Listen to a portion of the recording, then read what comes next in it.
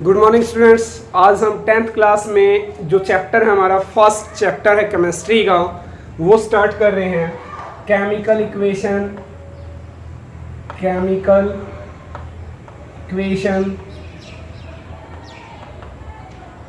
And it's reaction.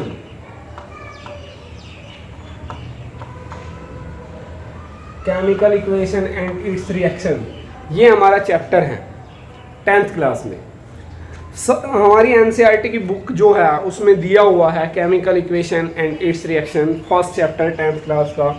वो book अगर हम निकालें तो हमारे पास पहली ही लाइन में लिखा हुआ milk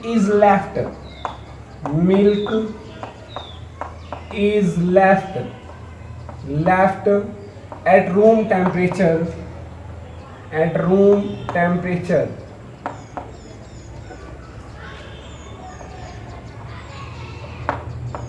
temperature during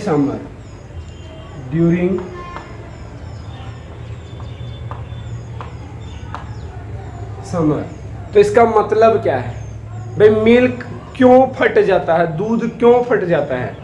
chemical equation है, दूध क्यों फट जाता है समर में? टेम्परेचर, रूम टेम्परेचर पे अगर हम रखते हैं, रूम का नॉर्मल टेम्परेचर कितना होता है बेटा? 22 डिग्री सेल्सियस, यानी कि 22 डिग्री सेल्सियस तक हो सकता है रूम का टेम्परेचर। अगर हम एसी लगाते हैं तो हमें पता होता है कि हम 16 डिग्री सेल्सियस पे लेके जाते हैं लास्ट पॉइंट, और जो हाईएस्ट पॉइंट होता है वो होता है 22%। 2 सेल्सियस डिग्री सेल्सियस तक हम लेके जाते हैं और 16 पे हम रोकते हैं, एसी 16 तक ही चलता है।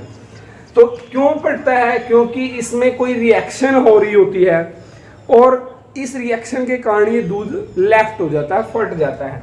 जैसे मान लो दूसरी लाइन क्या है, इसका एग्जांपल दे रहा हूँ, इसका आंसर है लैक्टोस जो होता है ना, लैक्टोस के कारण फटता है ये। लैक्टोस में लैक्टिक एसिड के कारण ये फटता है, यानी कि लैक्टिक एसिड होता है इसमें, लैक्टिक एसिड। ये लैक्टोब्लेसिस बैक्टीरिया इसमें होता है, लैक्टोस हो जाता है ये दूध, और लैक्टिक एसिड के कारण ये फट जाता है, पनीर बन जाता है इसका, ठीक है, होममेड में। दूसरी लाइन देखो क्या है, ये फर्स्ट लाइन थी, सेकंड लाइन देखियो। सेकंड लाइन में क्या लिखा हुआ है? एन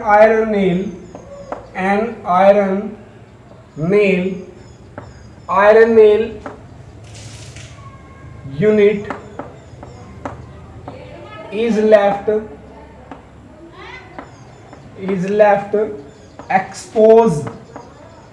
एक्सपोज का मतलब होता है टूटना, आयरन नेल भी टूट जाती है। Unit is left to humid atmosphere.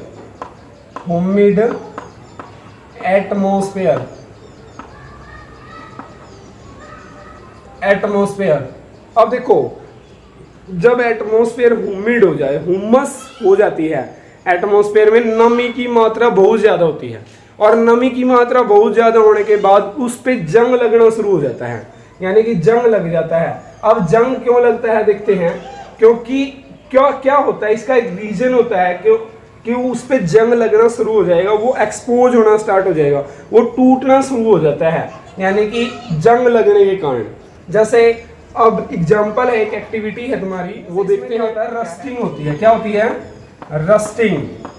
अब रस्टिंग में क्या होता है कि भाई रस्ट में जो हमारे पास एयर है, देखो एयर में ह्यूमिड जब टेम्परेचर होता है, एयर प्लस वाटर, यानी कि एयर में वाटर की प्रेजेंस होती है, तो एयर में वाटर की प्रेजेंस के कारण ये रस्ट हो जाता है। तो ये रस्ट, यानी कि यहाँ पर रस्टिंग हो जाती है एयर प्लस वाटर से। अब एयर Fe क्या है? ये सॉलिड है। अब क्या हो गया? रस्ट हो गया FeO3.XH2O। अब देखो ये रस्ट का फार्मूला है भाई, रस्ट का ये फार्मूला है, रस्ट का फार्मूला क्या है? Fe2O3XH2O, यानी कि पानी की कुछ मात्रा किसमें मिल गई? पानी लग गया आयरन पे, तो आयरन पे जंग लग जाता है। जैसे देखो एक एक्टिविटी लेता हूं मैं, ये है हमारे पास एक्टिविटी, ये एक बीकर ले लिया मैंने, चाहे पानी ले लो, कुछ ले लो, हमारी मर्जी है, और एक बीकर और ले लिया ये मैंने। अब यहाँ पर देखते हैं और इस पे देखते हैं, इस बीकर में मैं वाटर डाल रहा हूँ, ये वाटर मैंने भर दिया। अब यहाँ पर मैंने एक नेल डाल दी और उसको ऊपर ये देखो ये कील डाल दी आयरन की।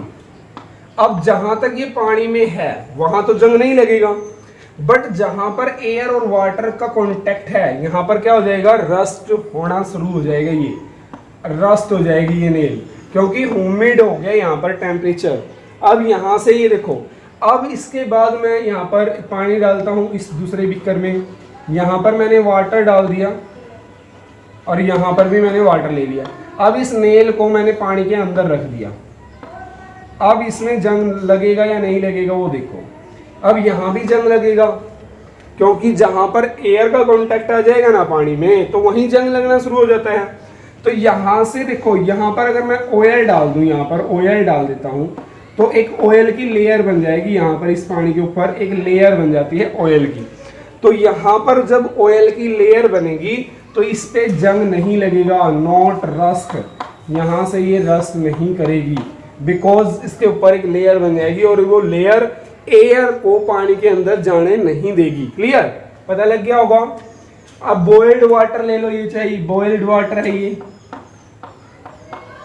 बॉइल्ड वाटर है ये।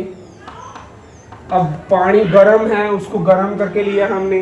ड्राई एयर अगर हम लेते हैं तो यहाँ पर वो एयर ड्राई हो जाती है, सूख जाती है, एयर हम यहाँ तक नहीं पहुँचती है, तो ये रस्ट नेल हो जाएगी। यहाँ पर तो रस्ट लगेगा, यहाँ पर नहीं लगेगा। क्लियर, ये एक्टिविटी है तुम्हारी बुक में, आप देख सकते हो।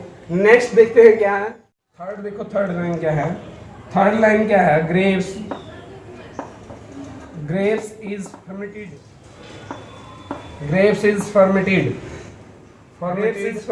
फर्मेंटेड होता है सड़ना, यानी कि अंगूर जो है वो हमारे सड़ गए हैं।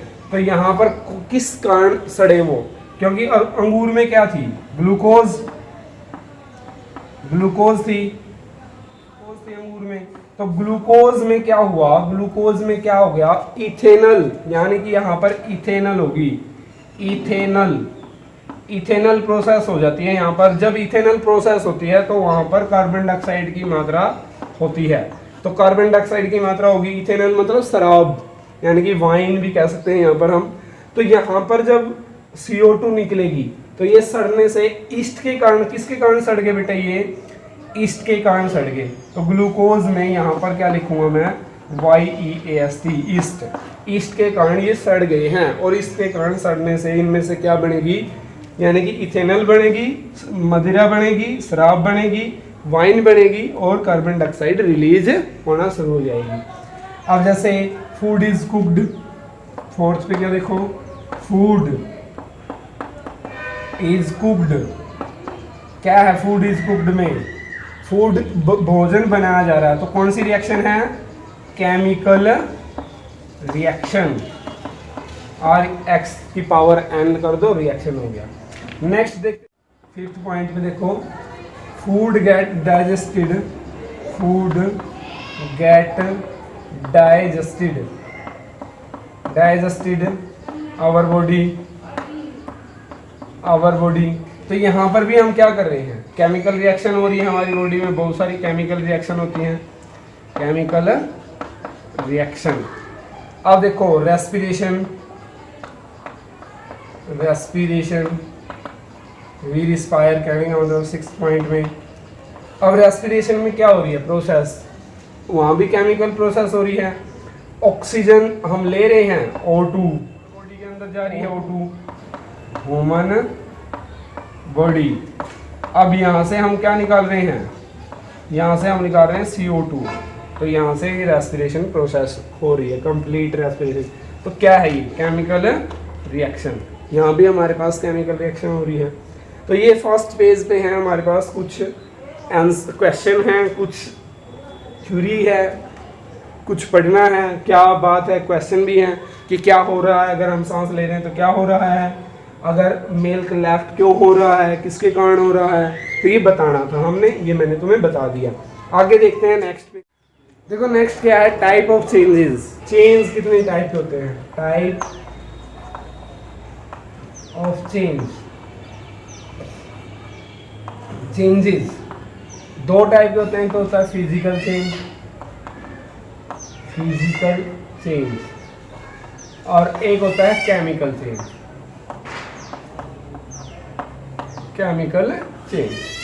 दो टाइप के होते हैं।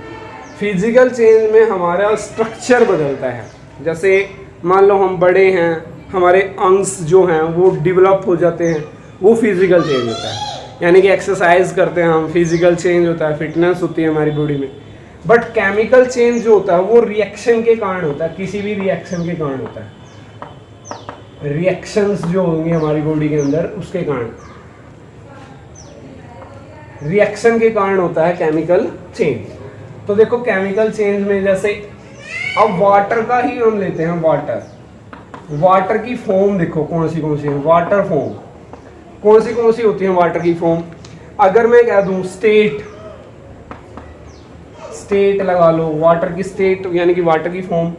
अब H2O ये वाटर है, इसी को हम लिक्विड में लिखते हैं H2O, यही गैसेस फॉर्म में होता है, और H2O यही लिक्विड फॉर्म में होता है। लिक्विड, गैस, एक्वास में भी यही होता है, AQ लिख दिया, एक्वास।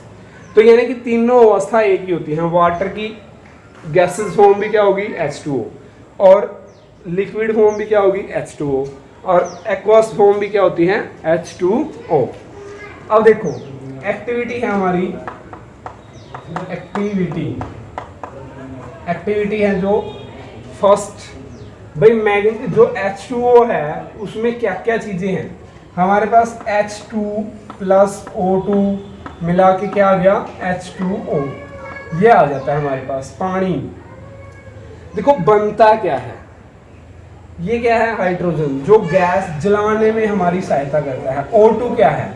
जिसके द्वारा हम किसी चीज़ की प्रेजेंस होती है ना, ऑक्सीजन की प्रेजेंस में ही कोई चीज़ बर्न होती है, तो H2O बनता है। और ये बुझाने वाला है, पानी इनको बुझाएगा, बट अपोजिट रिएक्शन हुई यहाँ पर, तो ये अपोजिट रिएक्शन के कारण ही उत्पन्न हुआ है। इसके बाद देखते हैं burning in magnesium ribbon, burning with magnesium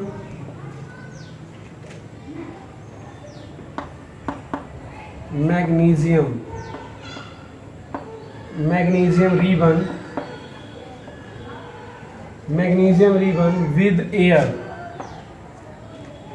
ribbon in air,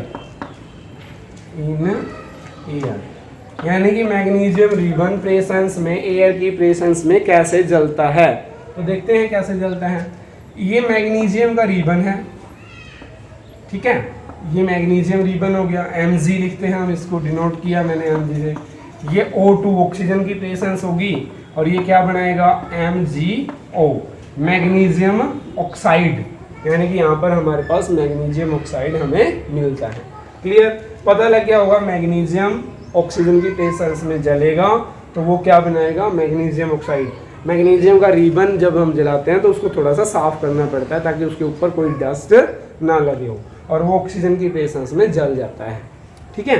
तो वो मैग्नीशियम ऑक्साइड, ये एस बचेगी हमारे पास, मैग्नीशियम ऑक्साइड की एस, राख जिसको हम बोलते हैं। नेक्स्ट देखते हैं, तो एक्टिविटी फर्स्ट थी, activity second, activity PbNO3 twice, यानी कि mixing of lead nitrate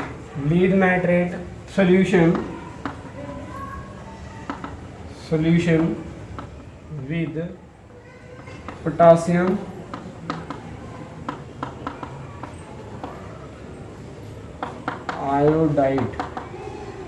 iodide solution,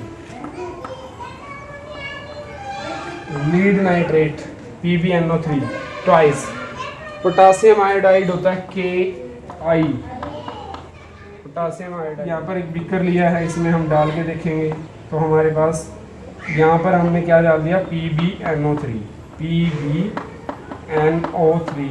twice. अब यहाँ पर कोई कलर नहीं होगा, नो कलर, ठीक है। अब दूसरे में हम डालते हैं, ये बीकर और दूसरा ले लिया हमने, इस बीकर में हमने डाल दिया पोटासियम आयोडाइड सॉल्यूशन, यहाँ पर हमने साथ में PbNO3 भी डाल दिया, NO3 ट्वाइस भी डाल दिया। अब यहाँ पर हो जाएगा हमारा येलो कलर, येलो कलर।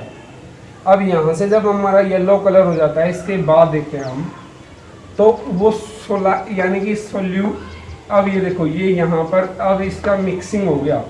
यहाँ पर तो हमने PbNO3 डाला था, यहाँ पर दोनों चीज़ मिला के दोनों चीज़ डाल दी। अब यहाँ पर हमारे पास क्या आएगा, सॉलिड। अब यहाँ पर जो होगा वो सॉलिड हो जाएगा। अब सॉलिड आ गया यहाँ पर, जो मिक्स होके हमारे पास हमें प्राप्त हुआ है। जैसे हम देखते हैं, इसकी रिएक्शन देखता हूँ, मैं लिखता हूँ ऊपर, यहाँ से मैं रफ कर। अब जो Ki है हमारा पोटासियम आयोडाइड, अब इस पोटासियम आयोडाइड में क्या हुआ, ये सोल्यूशन है पोटासियम आयोडाइड का। इसमें क्या होता है, जो K है वो पोटासियम है, इस पे पॉजिटिव चार्ज हो गया, और प्लस में क्या है, आयोडीन है, इसमें नेगेटिव चार्ज है। इसको तो मैंने तोड़ दिया।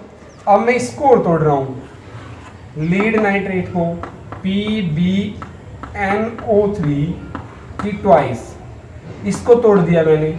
ये किस में टूटेगा, देखो किस में टूटेगा, PbNO3।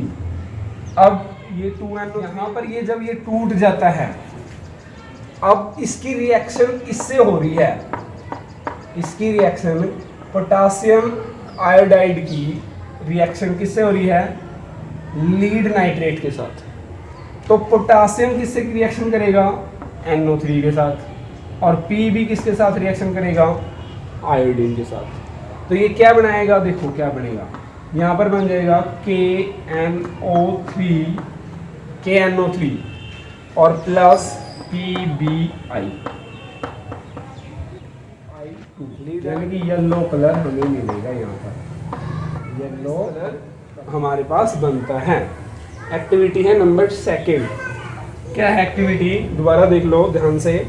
लीड नाइट्रेट का सॉल्यूशन है, उसको पोटासियम आयोडाइड सॉल्यूशन में मिक्स करना है।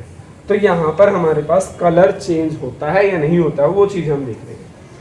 तो मैंने बताया कि यहाँ पर हमने PbNO3 एक जार में लिया, फिर दोबारा एक जार में और ले लिया, क्या, PbNO3, इसमें मिला दिया potassium iodide solution. Yellow colour हमें यहाँ पर मिलेगा। अब ये सॉलिड स्टेट आ जाती है यहाँ पर 3rd में। अब जैसे ही मैंने देखा कि Ki जो पोटासियम आयोडाइड है, उसको हम देखते हैं K+I से बना हुआ है, और PbNO3 किससे बना हुआ है, PbNO3 से बना हुआ है। अब जो पोटासियम है वो रिएक्टिव मेटल है, किससे रिएक्शन करेगा, NO3 से, और जो आयोडाइड है वो किससे रिएक्शन करेगा, आयोडीन है वो लीड से।